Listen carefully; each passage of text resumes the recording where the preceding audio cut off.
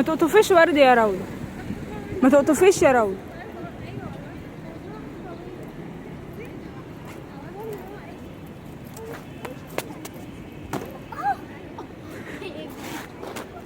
كده الله.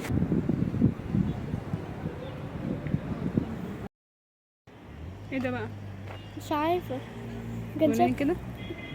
ايه ده توت ده ولا ايه؟ ده منديل. هاتي طب واحده كده ندوقها. تدوقيها انت؟ دوقها كده لو اتسميتي انا ماليش دعوه. طب والله اعمل زي التوت. ممكن. بسم الله مريم، وزعوا عليا برجر الموت. بتحسيه كده؟ شوفي طعم حاجه احنا عارفينها ولا لا؟ حبي طعمه الحبي لما القلم بيطفح ببقي. ارمي امسح لسانك. بحثنا عنه لقينا اسمه لانتانا كامارا. تعالوا نبحث عن دي. قطفنا واحدة كده كبيرة. بسم الله. انا خايفة ادوق ده كمان يطلع طعمه حبي. شكلها بدأ يوضح. شكلها تحفة، لكن تقريبا كده بتتفتح تاني. بتتفتح.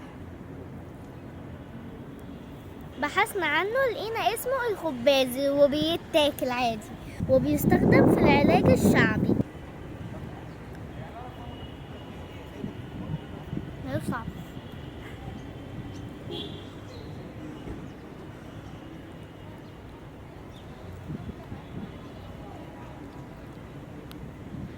ملوش طعم. حطيها على كفه ايدك. وقطفت دي وبحثت عنها. هي عامله زي اليقطينه لكن على شكل مصغر. اسمها الدياسينة الذهبية. دي أول مرة أسمع عنها الصراحة. وسامة كده. النهاردة عرفت 3 نباتات جداد. ده العنب، أنا بسميه عنب، وده بسميه يقطين، وده كرنب.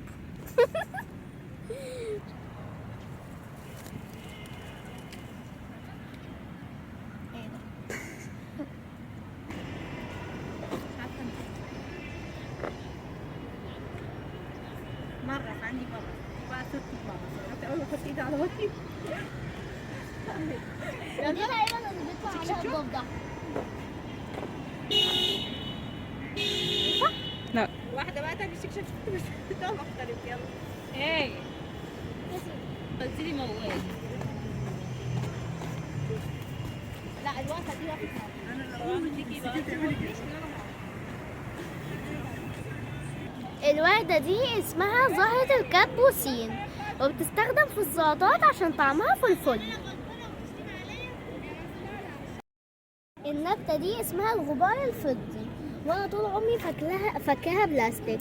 بصوا تقطفوها كده سبحان الله لونها اخضر. بصوا استنوا، هي عريضة عاملة زي الصبار بيتفتح عادي. هو انا بس ضوافري قصيرة. بس يلا استني.